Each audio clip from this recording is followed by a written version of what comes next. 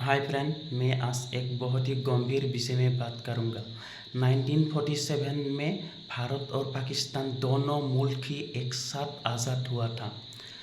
आज़ाद होने के बाद वहाँ पाकिस्तान में जो पाकिस्तान मुल्क आज़ाद हुआ था, वहाँ की कुल आबादी था 20 करोड़ और हिंदू 20 करोड़ से 20% हिंदू था।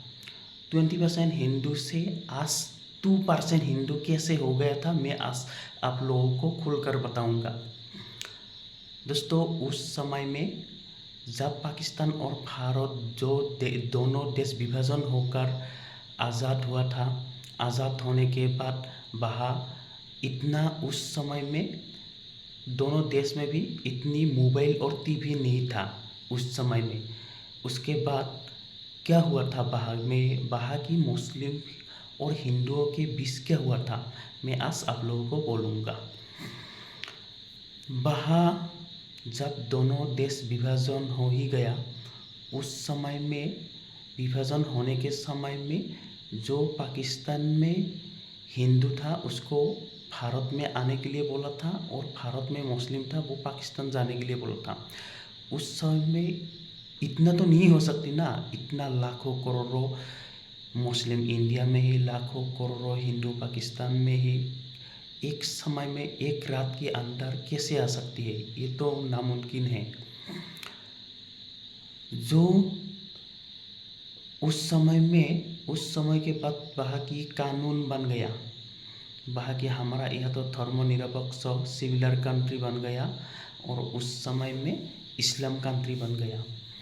उस समय में 20% 20 करोड़ आबादी से 20% हिंदू था और आज किस तरह से 2% हिंदू हो गया 20% से। सुनो, उन वहाँ की मुस्लिम का सिर्फ और सिर्फ एक ही लक्ष्य था, वहाँ की हिंदुओं को है तो उनको इस्लाम करना है, नहीं तो उनको मार देना था।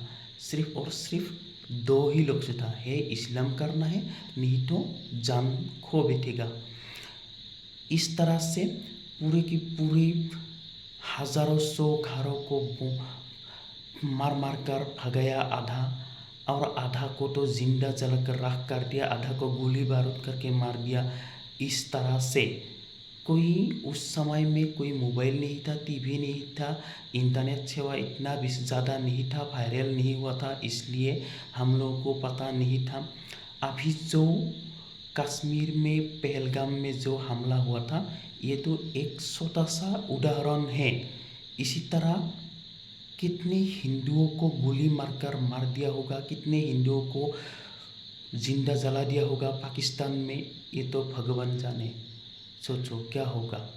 ये तो पाकिस्तानी आतंकवादियों के लिए ये तो बहुत ही मामूली बात है, लेकिन हमारे लिए तो बहुत दुखजनक बात है।